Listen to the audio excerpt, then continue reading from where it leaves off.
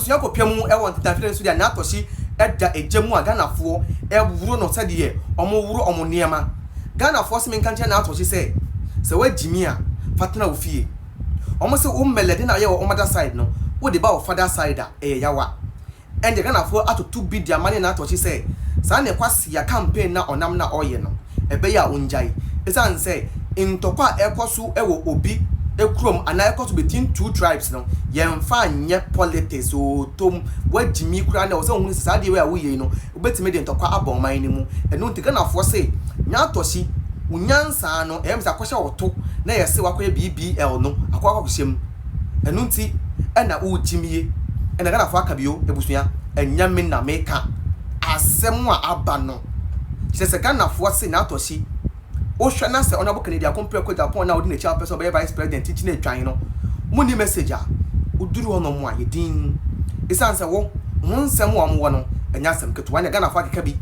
na ebusua onim sa media ba se na de case na bere wa me ma ko tie se nyom sika no no na nkoye sam na me ka akira because me ka kira wa mintimi nka se nyom ka ye no na emom no kai sa ha ye Ghana nsem TV oba subscribe to channel ni dia ma movie a follow me on Facebook Promise the Blogger sanso and at TikTok and so Promise the Blogger Instagram any afen so no Twitter and so e wo no ye go tie nsem a Ghana fo e ka che na to shimba ni wi a ya be chete ya adwin e wo omuntie de ye ka no omunye the right thing omunye the right thing because sa akwa na omu friend Japan no he has nothing good for the party, no way. But rather, no, he's coming to sell NPP party to NDC. Naka, how can that be possible? Say, Obi a me ne who are ruling party no. Who catch me say me na me opposition party no. Me kwa ko yi Obi amani pana ba be lead the country. I should me konku na oba che me de me konku yi no. Wo na oba be che me de me konku yi no. Say yi ni pass me si fa ne bra. No oba bua wo party no. And they got the nerves, as that guy is always saying, say, oh no, Barbetray and the NDC party, Barbetray the MPP, I have food to the extent, say, and the NDC for nature, the MPP for nye. Because of some of Ghanaians, a cocotoye. Naka Ghana for Muslim MPP party, no, and this is not an option. Now, Natoshi, we will get time for you. Metao papa wo ma me no me se metao ama wanu kasa no kra wo be bie dia kasa no kra no metan ankasa. And if I've given the opportunity to destroy you and taking me 2 seconds because who ye nipa bia who ye irresponsible woman.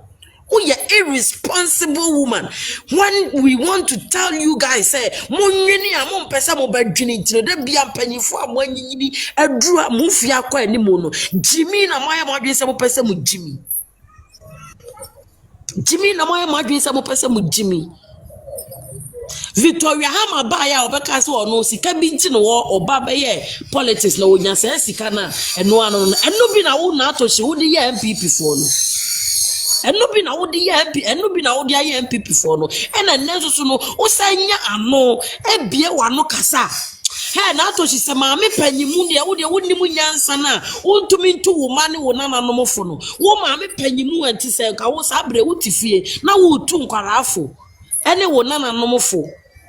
And so I know and Quareko also pursue Kobe. Madam, you can never cheat nature. You can never cheat nature. Who to mean cheating nature that we are telling you. Jai Jimmy no see nyansa.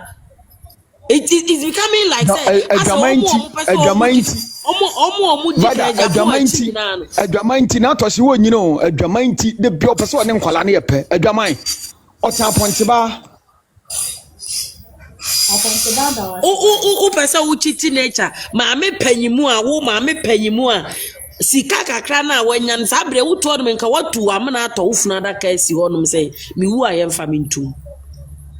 wo tiri nya sika na dikoye BBL na no obi ye bi na de kode ade adwene ene nyansa be na wo na ato hye wotiri mu a etu betumi atu nkwalafo wo maame ya wo di sansam fu delegate ye ka asem kyeremu a muntie na we know what is going on muntie ni ayeka no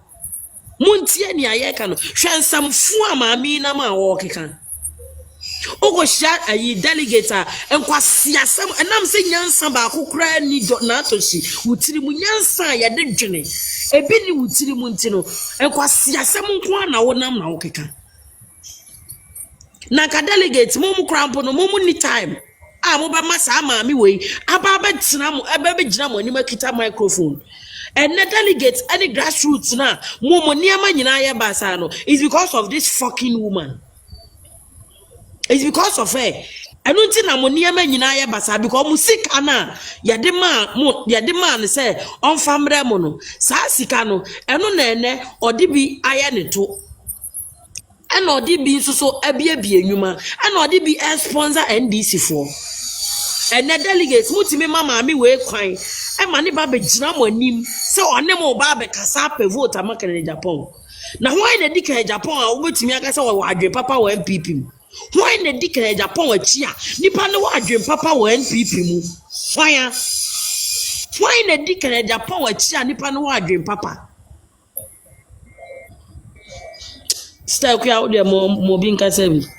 okay Vida me dance bebre Bible so beja agu de chamber ohun omu nyina obi abeto me sister you got to buy Bible o za from ba cho jina si abomodin like mama repost is o repost ya you so wa si anu like mama buy your Bible 10 minutes yonko mame me call down na kala tibia ma wa na ma mame fa kwanya isu na minchi a yo matecha ko na etiefo nyina Yankopon hira mo na onka obi bia ho se abre ne abre bia mo ba fact base ebetie nsempa a akua ne dom ede bremo akua nro mo ka se wo se UAE deputy ambassador nti ene we prove o mo se no bi ma me no mo ye no magazine wo de anyo magazine that's Arenatoshi or Kasa I say leading guitar na to see na woda district assembly common for na oda no yetemi discount yourself chiche scan man ko na to na won check scan na wo te scan so abro onye say odi oni MP that na wo sunyani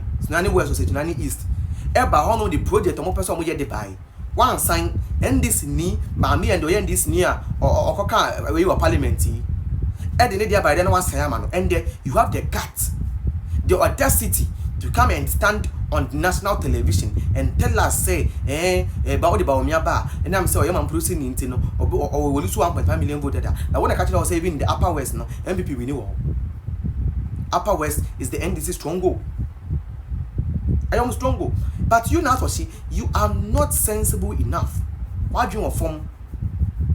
That is the reason why you don't know that those things that you are doing, you know, only Japan, because from 31st of January, we will show you people where power actually lies in the MPP. We will show you where you actually stand in the MPP. We will treat you as an outsider.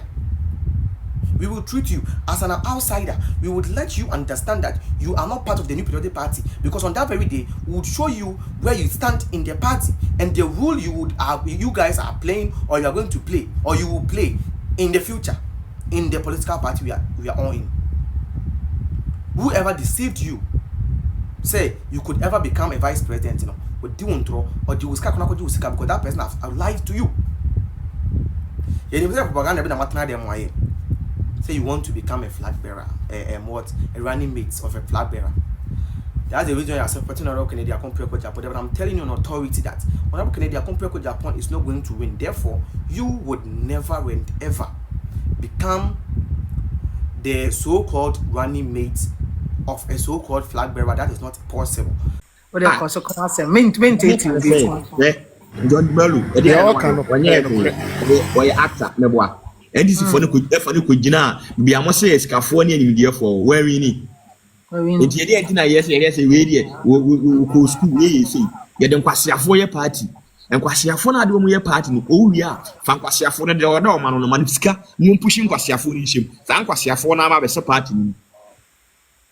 na ma mo say dey wi a ma ko sisa kwasiafo bia obi a ne nana ene ye say mere bi atwam no abadi position obi e ko no ha onim no bibia school ufi say wuntumi enya ground so asante region no ana nkomo mo ye so ntumi no se de Bahama so Ibrahim Mahama mo ni pagya no pagya nkofo e ga ntumi nya ground so MPP MPP ne mo ache dada o enti sometimes am me book masa o mu di sit ni waka ntumi start 2012 wo ye gidigidi no me part 2016 ye mo anwi ni ani ye hu so bi be ka say wa nko school onim nyansa ya Joseph Yami be gina hasa abano obia antutu o kan ho Joseph Yami we nwane ene 2024 ntumi de na sagu na chi ya amon wo police station ya bomoji vote ni bebre na ya bomoje ye aso mo tena ho na ene ntumi onim nyansa ene we say esko onim nyansa na wa anya hwe na wo de MPP we ni to successful ayi munyamu ani ya school sa ya school no ye de tra parliament o ye party aduma ye fa school samo ma ho ye party grassroots ye fa mako school ma ho ye de buga and sometimes they ya de obi woni obi ko wa fatuo wo se me de bi nsu ehie begu ne so esu ehie no ka fa na ya fa na ko hit ya ba wo gu tim na dada inti mesra mo say je wodi mon kan se doctor say ma o me no ho e na anya hwe gentle the gentle atwam obi ka sam kire wa reply no so obi ko twa ntro to so a reply no say boot na mo kan yo eno be mo ko fo mu se no wani abre ana me nua musremfo ma me ka no kore nkire mo ya ma mo opportunity ya asa account for ya ma mo opportunity se mo ye protect mo na emo mo ma ye hu se mo mpede a ene eye ye so ye de hu ba be shem because mo na mo started tribal ye na ye dos no ye say no mo nipa we aduru no so na mo se mo ti ase ye dia ye damase o mani ye o ya me ba o so mpacho ye ya una wo ba why ye because doctor na me nim die ntimi penasem what you say and am hu se no you be o kasema o na asem no ye nemum mo ba ye mo se mu nua no no mu be yi na amade a mu yi ni ma ye so be yi na ma ye ma disia some protect mo de man protect no na 2028 yes ba another 20 ni ye ba ye mbe yes ye party ni ba ko ye be kire msa masa ye de opportunity ni ma mo 2024 manfa 2028 manfa ye be ka no kora kire mo because ye na mo tia na mo say ye tribal ye say the tribal ni ye free it will be this year o ya unia srim ni kura buna suma ni mu se no party no ye de mema na ye say obia pa ye de buku ho because a opposition ye wo. Madam I say. When I was a papa, we did